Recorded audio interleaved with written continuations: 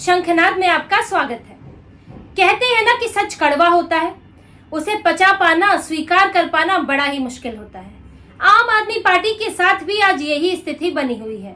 वो अपने सच को आज स्वीकार ही नहीं कर पा रहे हैं, पचा ही नहीं पा रहे हैं, क्योंकि उन्हें मोदी सरकार ने, एनडीए की सरकार ने आज आईना दिखा दिया, उनकी असलियत, उनकी हकीकत दिखा दी कि उनकी क्या स्थिति है। और यही आम आदमी पार्टी के साथ बर्दाश्त नहीं हो रहा है। और सुबह से संजय सिंह बिदके हुए हैं, तरह तरह के बयान दे रहे हैं, क्योंकि आम आदमी पार्टी को बांग्लादेश के लिए हुई सर्वदलीय बैठक में आज बुलाया नहीं गया। उसमें कई दलों को बुलाया गया, उसमें कई राज्य स्तर के दल भी हैं, राष्ट्रीय स्तर के दल भी हैं, उनको बुलाया गया था, लेकिन आम आदमी पार्टी को उसका न्योता नहीं मिला।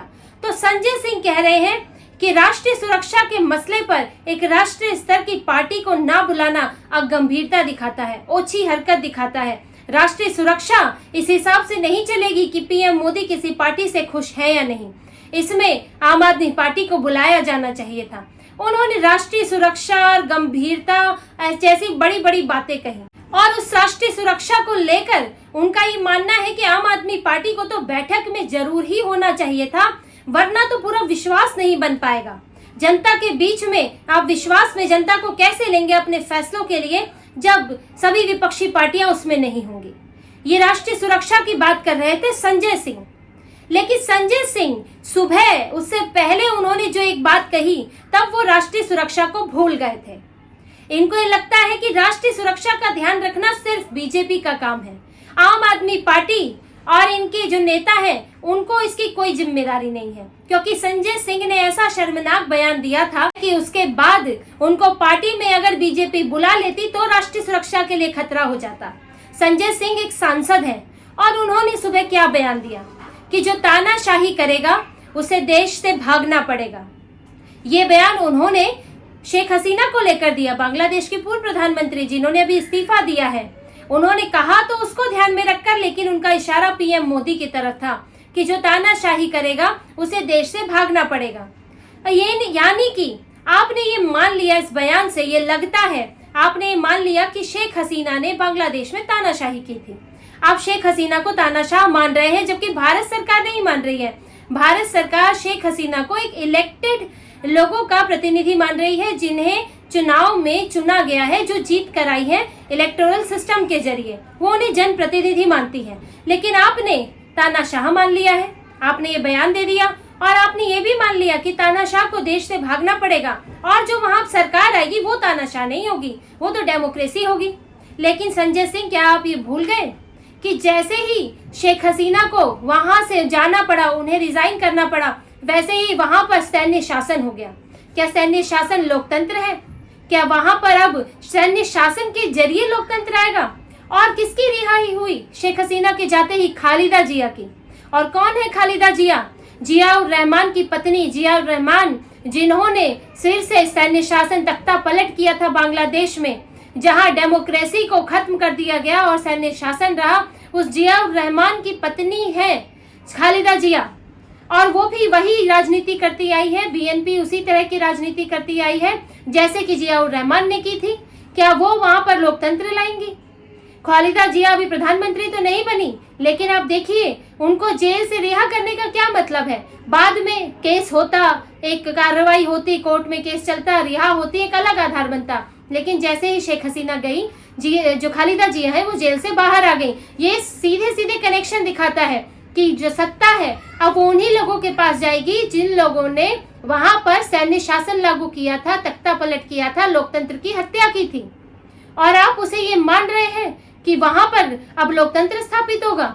और शेख हसीना, जो भारत के लिए एक बेहतर सरकार रही बांग्लादेश में, बांग्लादेश और भारत के रिश्ते बहुत अच्छे रहे, पनपे फले फूले शेख हसीना के रहते हुए अवामी लीग के साथ भारत के अच्छे संबंध रहे।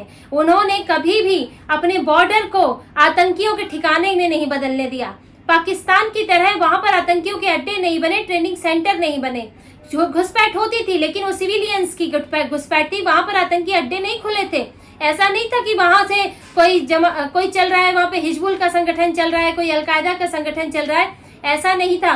कभी शेख हसीना ने वो चीजें पनपने ही नहीं दी, और भारत के अच्छे संबंध रहे। लेकिन अब क्योंकि वहाँ सैन्य शासन आएगा और उसमें भी जमात इस्लामी जैसे संगठन वहां पर है जो कि पाकिस्तान समर्थित है, और पाकिस्तान समर्थित अब वो पार्टियां वहां पर वर्चस्व में है। बीएनपी जो वहां पर सैन्य शासन में जिसके नेता रहे हैं वो अब वर्चस्व पर है। तो ये कहीं ना कहीं ये पाकिस्तान का भी एक प्लॉट है, पाकिस्तान की भी एक इसमें भूमिका है कि वहां से शेख हसीना को हटाया जाए ताकि भारत विरोधी ताकतें मौजूद हों। कहीं ना कहीं बांग्लादेश को भारत विरोधी करने की कोशिश में ये किया गया है, और संजय सिंह इस पर खुश हो रहे हैं, वो खुशियां मना रहे हैं और कह रहे हैं कि नहीं अब तो वहां पे लोकतंत्र आएगा और तानाशाह चली गई है, सिर्फ इसलिए क्योंकि उन्हें पीएम मोदी बुरे लगते हैं और वो भारत की सुरक्षा को खतरे में डाल रहे हैं। और संजय सिंह क्योंकि वो एक सांसद है, उनका बयान मायने रखता है। कल को वहां पे अवामी लीग की अगर दोबारा सरकार आ गई, क्योंकि पार्टियां खत्म नहीं होती हैं, नेता बदल जाता है, तब संजय सिंह जैसे नेताओं के बयानों का क्या होगा। संजय सिंह ने एक बहुत ही भारत की सुरक्षा को खतरे में डालने वाला बयान दिया है, उनके बयान का कोई भी इस्तेमाल हो सकता है। और ऐसे में अगर आम आदमी पार्टी को सर्वदलीय बैठक में बुलाया जाता तो क्या होता, तो क्या गलत छवि जाती देश की।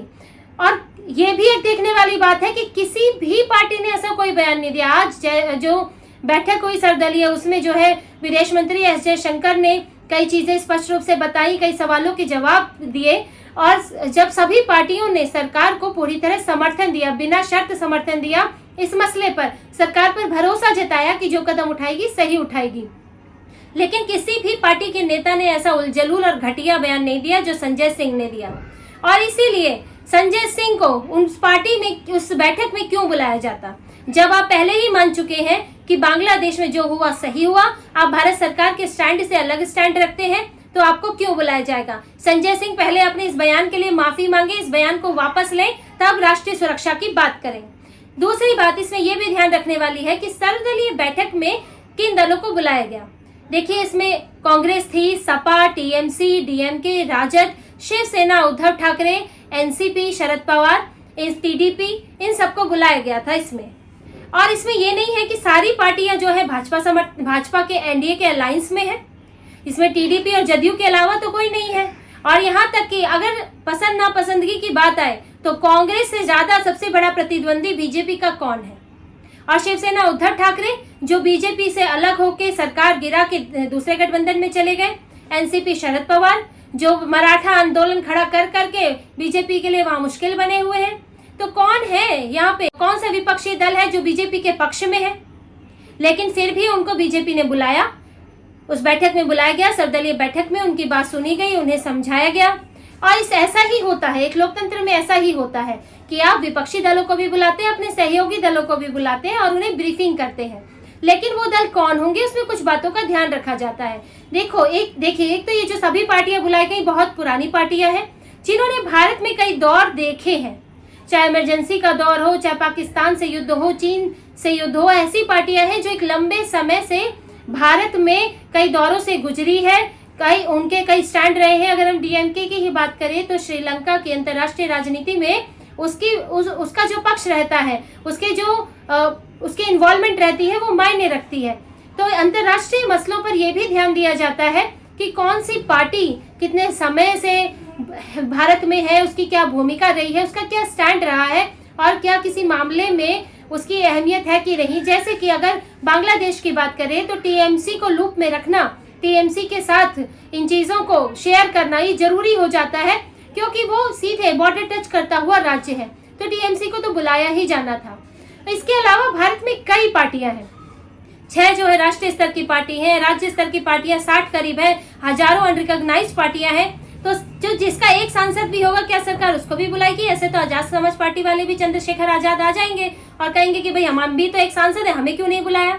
लेकिन इसका एक क्राइटेरिया तो होता है। आम आदमी पार्टी के पास क्या 3 सांसद हैं इधर लोकसभा में और राज्यसभा में 10 सांसद हैं, और वो एक बहुत नई पार्टी है, 2012 में ही बनी है, उसका कोई क्लियर स्टैंड भी नहीं होता है। ये भी एक आम आदमी पार्टी से बार बार पूछा जाता है, आपकी कोई विचारधारा है, अंतर्राष्ट्रीय मसलों पर आपका स्टैंड क्या है। अब तो आप राष्ट्रीय पार्टी बन गए हैं, लेकिन आम आदमी पार्टी के पास कोई जवाब नहीं होता। भैया कोई दूसरी पार्टी है तो कोई सोशलिस्ट है, कोई दक्षिणपंथी है, कोई वामपंथी है, आपका क्या विचार है, अंतर्राष्ट्रीय मसलों पर आप क्या रुख रखते हैं, आप क्या सोचते हैं कि कल को अगर अरविंद केजरीवाल प्रधानमंत्री बन गए तो वो देश को किस तरफ ले जाएंगे? ऐसा कुछ आम आदमी पार्टी की तरफ से बयान नहीं आता, कभी उन्होंने स्पष्ट नहीं किया।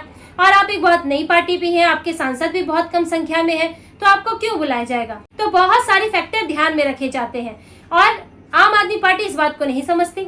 और जब आपके जो नेता हैं वो ऐसी गंभीरता दिखाते हैं, ऐसा अंतर्राष्ट्रीय मसला भारत के बॉर्डर का सवाल है और वहां पर अब कट्टरपंथी हावी हो रहे हैं, ऐसे मसले पर आप ऐसा बचकाना बयान देते हैं, तो आपको सर्वदलीय बैठक में आपको क्यों बुलाया जाएगा? आप वहाँ सुनने नहीं जा रहे हैं। आपने तो पहले ही मान लिया है कि वहाँ जो हुआ सही हुआ था और अब भारत में भी यही होना चाहिए। आप तो ये मान रहे हैं कि तानाशाह है, मोदी तो तानाशाह है, दिन रात आप यह कहते हैं उनको भी भागना चाहिए यहाँ से।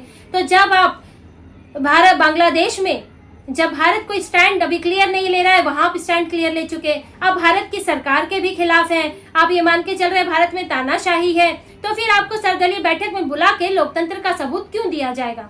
क्योंकि आपने अपनी मानसिकता, अपना विचार तो पहले ही दिखा दिया।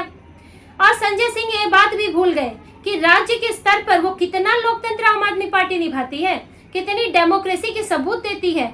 क्या विधानसभा में, दिल्ली विधानसभा में बीजेपी के विधायकों को पीट कर नहीं भगाया गया? क्या वहां गुंडागर्दी नहीं हुई? कितने फैसलों में बीजेपी के विधायकों को बुलाया जाता है, उनके साथ बैठक होती है। आप केंद्र स्तर पर तो सर्वदलीय बैठक की बात करते हैं, क्या राज्य स्तर पर डेमोक्रेसी खत्म हो जाती है? लेकिन नहीं, हम राज्य के स्तर पर कोई सपोर्ट नहीं करेंगे, वहां हम तानाशाह बनकर रहेंगे कि सिर्फ हमारी चलेगी और किसी की नहीं चलेगी। लेकिन केंद्र के स्तर पर हमें सब सुविधाएं चाहिए, केंद्र हमें पूरी तरह सम्मान दे, अपने सिर पर बैठा के रखे और हम वहीं केंद्र को भी उल्टा सीधा भी कहते रहे, केंद्र के खिलाफ राजनीति भी करते रहे और केंद्र हमें पुचकारता भी रहे। तो ये दोहरा रवैया तो नहीं चलेगा। आम आदमी पार्टी को, संजय सिंह को समझना चाहिए और अपनी पार्टी की असलियत को, हकीकत को स्वीकार करना चाहिए। आप अभी नई पार्टी है, आप भारत में एक नवजात पार्टी की तरह है, तो पहले यहाँ पर फलिए फूलिए और भारत को समझिए, बड़े होइए, भारत को अपनाइए और थोड़ी गंभीरता रखिए अपने बयानों में, अपने क्रियाकलापों में। और जब आप गंभीरता रखेंगे, दूसरों को सम्मान देंगे, तब दूसरी पार्टियां भी आपको उसी तरह पूरी तरह सम्मान देंगी। तो इसी तरह की और खबरें और विश्लेषण आपके लिए लाते रहेंगे। हमसे जुड़े रहिए, सब्सक्राइब कीजिए, कमेंट कीजिए। बहुत बहुत धन्यवाद। जय श्री राम।